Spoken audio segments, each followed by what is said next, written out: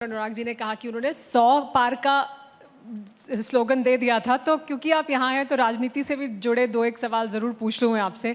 400 पार का नारा भी दे दिया है अब की बार, लेकिन वो जो सामने गठबंधन है वो जो लग रहा था कि इकट्ठा नहीं हो रहा है, अब इकट्ठा होता हुआ दिखाई दे रहा है। गठबंधन दिल्ली में भी हो गया है, आम आदमी पार्टी और कांग्रेस के बीच में गठबंधन, बाकी गुजरात में हो गया है, हरियाणा में हो गया है, ऐसे ही इकट्ठा होते जा रहे हैं। लग रहा है पश्चिम बंगाल में भी शायद कुछ बात बन जाएगी। तो ये इकट्ठा होने में कुछ फ़र्क पड़ेगा वो 400 पार के नारे पर? 0 + 0 कितना होता है?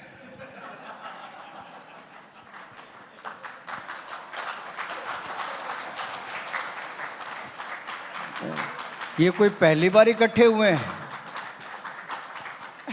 ये कोई पहली बार इकट्ठे नहीं हुए। मैं आपके याद करवाऊं, 2017 में उत्तर प्रदेश का विधानसभा चुनाव था, 2022 में यूपी का विधानसभा चुनाव था, 2019 का लोकसभा चुनाव था। ऐसे कई चुनावों में ये महागठबंधन जो काफ़ी ठग यानी कि जिनके बाकी तरह के आरोप भ्रष्टाचार के लगे हैं, कोई बेल पर है, कोई जेल में है, वो सब लोग इकट्ठे हुए हैं।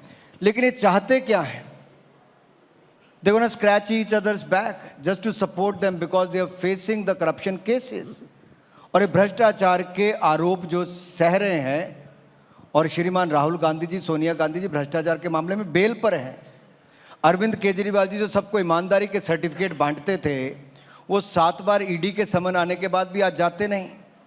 लेकिन जब राजनीति में नहीं थे तब ज्ञान बांटते थे कि कांग्रेस वालों को भ्रष्टाचार के चलते बाहर करो। जितने ईमानदारी के सर्टिफिकेट इन्होंने अपने हेल्थ मिनिस्टर को दिए, वो 1.5 साल जेल में रहे। इन्होंने अपने शराब घोटाले वाले मंत्री को दिए, वो जेल में है। उप मुख्यमंत्री वो हैं, अपने सांसद को ईमानदारी का सर्टिफिकेट दिया, सब लोग जेल में हैं, किसी को बेल भी नहीं मिली। तो आप लोगों के पास मोदी के खिलाफ क्या लेके जा रहे हो? क्या आपके पास ईमानदारी है? मैं गर्व के साथ सीना चौड़ा करके और सिर उठाकर कह सकता हूं, 2014 में हमने कहा था भ्रष्टाचार मुक्त शासन देंगे। आज 10 साल के बाद मैं कहता हूं 10 पैसे का भी भ्रष्टाचार भारत में नहीं हुआ, तो मोदी सरकार में ईमानदारी के साथ हमने काम किया है और आगे भी करेंगे। लेकिन देश में जो 70 साल में इन्होंने नींव डाल रखी भ्रष्टाचार की, वो सिस्टम में ख़त्म करते करते समय लगेगा। लेकिन आज मैं अपनी सरकार के बारे में तो कह सकता हूं, ईमानदारी के साथ मंत्री से लेकर प्रधानमंत्री ने काम किया है। दूसरा, आज हम भारत को, आपने बार बार सॉफ्ट पावर की बात कही। आप किसी भी पावर की बात कर लें, सॉफ्ट पावर की बात कर लें, हार्ड पावर की बात करें, इकोनॉमिक पावर की बात करें, आज हर क्षेत्र में भारत आगे जा रहा है। सॉफ्ट पावर में स्पोर्ट्स से लेके सिनेमा तक, कल्चर से लेके स्पेस तक हमारा बहुत बड़ा योगदान है। हमारी फिल्में, हम दुनिया के सबसे बड़े फिल्म निर्माता वाले देश हैं, लेकिन बड़े पर्दे वाली फिल्में हमारी दुनिया में जाके अच्छी नहीं करती थी। But there is nothing regional today. If your content is good, it quickly becomes from regional to national, then to international. And that is how RRR has won the award. That is how Elephant Whisperer has won the award at the Oscars level. एक नहीं अनेक platform पर भारत के content ने अपनी धूम मचाई है। और आप मेरी बात मान के रखिए, अगले 10 वर्षों में India will be the content hub of the world, will be the content continent, if I have to say this. और ये मैं बहुत गंभीरता से इसलिए कह रहा हूँ, टेक्नोलॉजी का जो रोल है, आज भारत में पोस्ट प्रोडक्शन की बहुत सारी संभावनाएं बनी हैं। हमारे यहाँ पे स्टोरी टेलिंग की कंट्री, बहुत सारे अवसर हैं नए कंटेंट क्रिएट करके देने का। ओटीटी ने एक नया अवसर खोले हैं। दूसरा मैं कहना चाहता हूँ, स्पोर्ट्स में हमने अच्छा किया। ये तीसरा, स्पेस की दुनिया में जापान और यूएस अब पहुँचा है।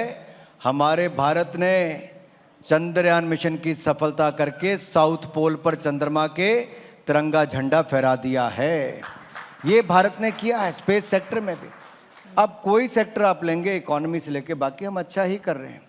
और मैं उत्तर यही देना चाहता हूँ, जब हम अच्छा कर रहे हैं तो मुझे लगता है लोग भी अच्छा ही रिजल्ट देंगे, वोट भी अच्छा ही डालेंगे। So you monitor what we watch. As the Minister for Information and Broadcasting, what is it that you watch? आप एक युद्ध से दूसरे युद्ध चले जाते हो, कभी यूक्रेन कभी इजराइल का दिखाते हो। लेकिन मैं यही कहता हूँ, युद्ध के समय भी दुनिया भर की सप्लाई चेन डिसरप्ट हुई, लेकिन उस समय भी भारत ने जो फर्म स्टैंड लिया, चाहे ऑयल बाइंग का था, गैस का था, भारत ने अपना स्टैंड क्लियर किया कि हमारे लिए प्राथमिकता भारत की 140 करोड़ की जनता है। तो दुनिया को झुकना पड़ा और भारत की बात को मानना पड़ा। दूसरा, कोविड-19 पैंडेमिक के समय दुनिया के ऊपर अगर हम निर्भर रहते तो शायद 140 करोड़ भारतीयों को 220 करोड़ वैक्सीन नहीं लगती। आज अगर 220 करोड़ वैक्सीन मुफ्त में लगी है और 80 करोड़ लोगों को मुफ्त में अनाज मिला है और अगले 5 साल की गारंटी भी मोदी की गारंटी है और 4 करोड़ पक्के मकान, 10 करोड़ बहनों को रसोई गैस का सिलेंडर, 12 करोड़ शौचालय टॉयलेट्स मिले, 13 करोड़ घरों को नल से जल मिला, 60 करोड़ लोगों को आयुष्मान भारत के 5 लाख का इलाज हर साल मुफ्त मिलता है, तो मैं ये कह सकता हूँ ये तभी होता है जब सरकार डिलीवर करने वाली आती है। और आपका कंटेंट मैं टीवी पर देखता हूँ, आप अच्छी स्टोरीज भी दिखाते हैं कि मोदी सरकार ने कैसे अच्छा काम किया है।